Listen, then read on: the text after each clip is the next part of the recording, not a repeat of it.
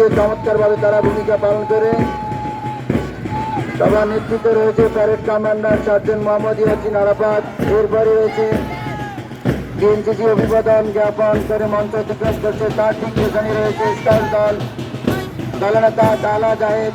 অত্যন্ত চমৎকারভাবে তাদের কৌশল প্রদর্শন করে মঞ্চে এগিয়ে যাচ্ছেন অভিবাদন জ্ঞাপন করে।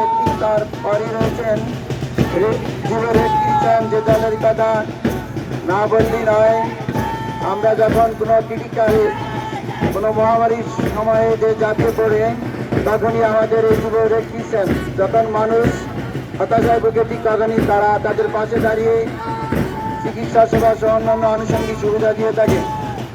এরপরে রয়েছে আমাদের চমৎকার স্কুল ক্রীড়া দল, তার নেতৃত্বে রয়েছে মোহাম্মদ মুশফিক রহমান। অত্যন্ত চমৎকারভাবে তাদের ক্রীড়া কৌশলী প্রদর্শন করে তারা মঞ্চ অতিক্রম করছেন। আর তারই এই মঞ্চকে আরো